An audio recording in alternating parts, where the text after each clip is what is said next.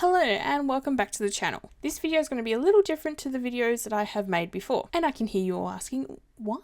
For a long time now I've wanted to make videos about the towns that I grew up in or around. These are all towns that are on what is now known as the Old Bass Highway / the Meander Highway. I'm starting with Hadspen because this is where I spent most of my childhood, so I'm most familiar with it. If you do end up enjoying this video, please let me know in the comments below, and I'll go forward with the plan that I have to make videos about Carrick, Hagley, Westbury and Exton, as well as other colonial era towns around Launceston.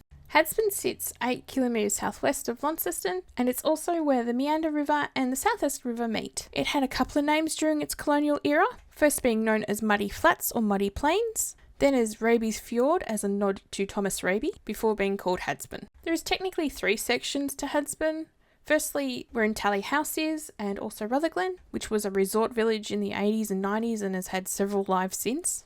The main part of the town, which is across the river from Intallie House, and the third section, which is mostly a new subdivision which is separated by the highway. Intallie House was the family home of Thomas Raby, who was the Premier of Tasmania from 1876 to 1877.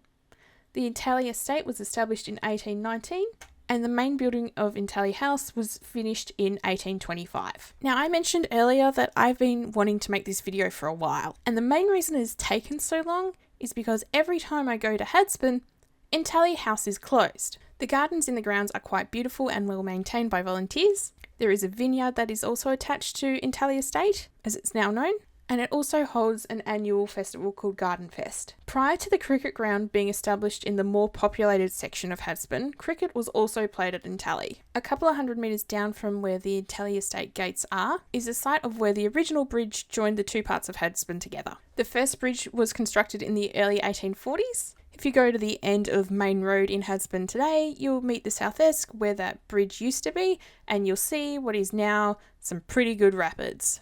As the South Esk is prone to flooding, the bridge was washed out and replaced several times, with the bridge finally being replaced with a steel and concrete bridge as part of what is now known as the Meander Highway.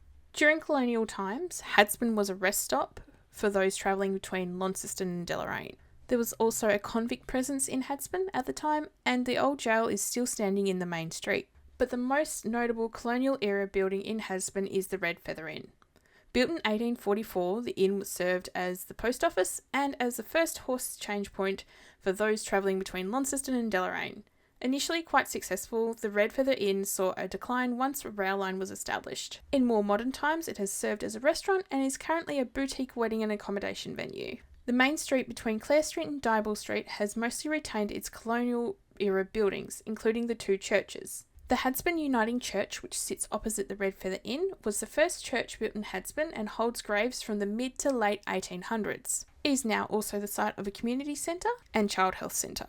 The second and arguably more formidable church in Hadspen, which sits in Diboll Street, is the Church of the Good Shepherd, an Anglican church that was planned and initially funded by Thomas Raby in the late 1850s. The church would take almost 100 years to complete, which can be seen in the changes of the colour of the bluestone used in its construction. Building started in 1868, and during construction the Raby family was mired in scandal. With funds running low, all work ceased on the church in 1870. Though the church was incomplete, a temporary building was established for worship and people were buried in the graveyard, including members of the Raby family. In 1957, the Anglican Church expressed interest in completing the building prior to the century of the foundations being established. The church was finally consecrated in 1973.